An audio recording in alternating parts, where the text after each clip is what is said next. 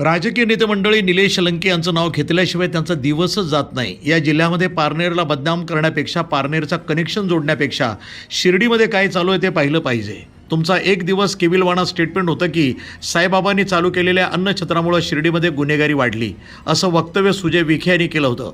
शिर्डीमध्ये व्यवसायासाठी आलेल्या त्याचा एक गरीब शेतकरी पुत्राचा निर्घृणपणे खून केला. त्या खुनामधला आरोपी दीपक पोकळे नावाचा आरोपी सुजय विखे यांचा कार्यकर्ता आहे. त्याच्यावरती 18 गुन्हे दाखल होते. त्यांच्या ऑफिसच्या उद्घाटनाला सुजय विखे गेले होते. त्यामुळे त्यांनी पहिली शिर्डीमधील गुन्हेगारी थांबवावी, नंतर पारनेरला बदनाम करावं. गोवरसारखा फायनान्स घोटाळा आला, त्यामधील आरोपी सुद्धा विखे यांचा कार्यकर्ता आहे, असा गंभीर आरोप खासदार निलेश लंके यांनी केला आहे. News today 24 Ahilyanagar. काही दिवसापासून माजी खासदार सुजय विखे पाटील हे रस्त्यावर फिरत आहेत. त्यामुळे त्यांनी मिटिंग घेतली, पुढं राहुरीमध्ये फिरतात. त्यांचं म्हणणं असं आहे की तुम्ही निष्क्रिय आहात म्हणून तो रोड होत नाही, असं आरोप आहे. शेवट राजकारणामध्ये काही लोक काम करतात आणि एक वर्ग असा असतो तो स्टंट करणारा वर्ग असतो. जर आज बऱ्याच मीडियाद्वारे सांगितलं जातं की जे हल्लीचे जे खासदार आहे ते काम करत नाही आणि आम्ही खासदार नसताना काम करतो. पहिली गोष्ट, यांना 2024चा पराभव आज पण मान्य झालेला नाही. जर तुम्ही नगर मनमाड रस्त्याची जातायात तिथं व्हिजिट करायची, पाणी करायची, पत्रकार बोलवायचे, अधिकाऱ्यांना दबाव टाकून बोलवायचे, तो रस्ता तुम्ही 5 वर्षे खासदार होते, 5 वर्षात तुम्हाला दगड टाकता आला का? निलेश लंकेचं स्टेटमेंट आहे एका प्रेस समोर, हा रस्ता माझ्याच काळात चालू झाला आणि माझ्याच काळात हा रस्त्याची त्या ठिकाणी पूर्णत्व जाणार आहे. ज्यावेळेस मी खासदार झालो त्यावेळेस पहिला ठेकेदार ब्लॅकलिस्ट केला. तो ठेकेदार कोणाच्या त्रासामुळे काम करत नव्हता हे आधी त्यांनी अभ्यास केला पाहिजे. नंतर आम्ही नवीन त्याला ठेकेदार गडकरी साहेबांना सांगून नवीन ठेकेदार पाचारण केला. त्या ठिकाणी टेक्निकल अडचणी आल्यामुळे परत तिसरं कॉन्ट्रॅक्ट ओपन केलं आणि तिसरा ठेकेदार सुरू झाला. त्या ठेकेदाराला सुद्धा काम करत असताना कोण अडचणीत आणतं हे समाजाला माहिती आहे सगळ्या गोष्टी. त्यामुळं तुम्हाला 6 वर्ष 5 वर्षाचा कालखंड तुम्हाला खासदार म्हणून मिळाला. तुम्हाला त्या रस्त्याचं काम करताना आलं, रस्ता खांदून ठेवला, मृत्यूचा सापळा बनवला, हजारो लोक मृत्युमुखी पडले. निलेश लंके तरी खासदार म्हणून निवडून आल्यानंतर त्या कामाला सुरुवात झाली आणि त्या कामाला आज चांगल्या पद्धतीची स्पीड सुद्धा त्या ठिकाणी मिळालेलं आहे.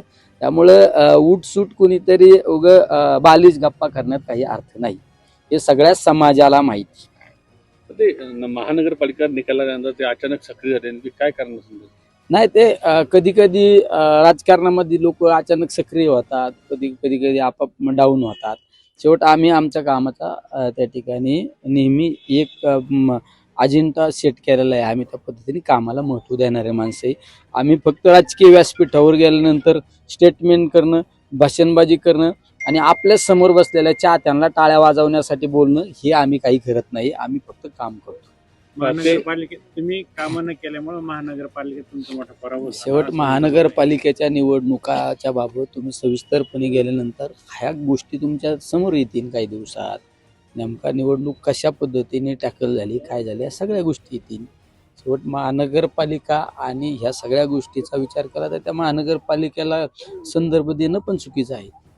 सुजय विखे पाटील असा आरोप केलेला आहे. त्यांचं तुमचं नाव नाही घेतलं, पण त्यांचं असं म्हणणं होतं की जो गुजर अटक अंमली पदार्थामध्ये त्याला सुरूपसने अटक केलेली आहे. तो पूर्वी पारनेरला होता, तो तुमच्या कॉन्टॅक्टमध्ये होता. नंतर ते ड्रग्स त्यांनी काढलं, त्यानंतर ड्रग्स ते कोणाच्या घरामध्ये ठेवलं होतं आणि त्यामध्ये नेत्याचा सहभाग आहे असं त्यांचं म्हणणं होतं. आणि दुसरं असं की ज्या ठिकाणी हे घडलं आणि त्याला LCB आणण्यामध्ये तुम्ही आंदोलन केलं होतं असं त्याचा आरोप आहे.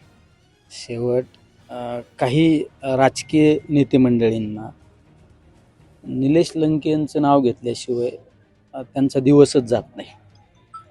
या जिल्ह्यात पारनेरला बदनाम करण्यापेक्षा, पारनेरचं कुठलं कनेक्शन जोडण्यापेक्षा शिर्डीमध्ये काय चालू हे पाहिलं पाहिजे.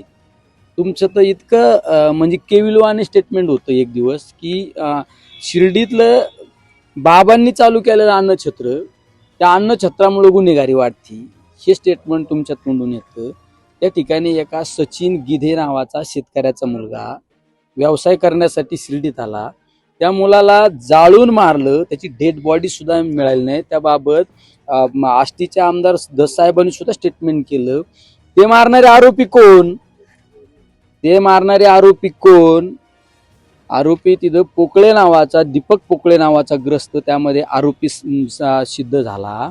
त्याच्यावर 18 केसेस गुन्हे त्याचे डिटेक्ट झाले. 18 गुन्हे 307 सारखे, 302 सारखे. त्याच्या कार्यालयाच्या उद्घाटनाला कोण? हे तुम्ही पाहिलं का? तुमच्या ज्यावेळेस तुमचा नागरी सत्कार शिर्डीमध्ये झाला, तुमच्या हारामध्ये कोण? हे तुम्ही आधी पाहिलं पाहिजे. ह्या सगळ्या गोष्टी केल्या पाहिजे.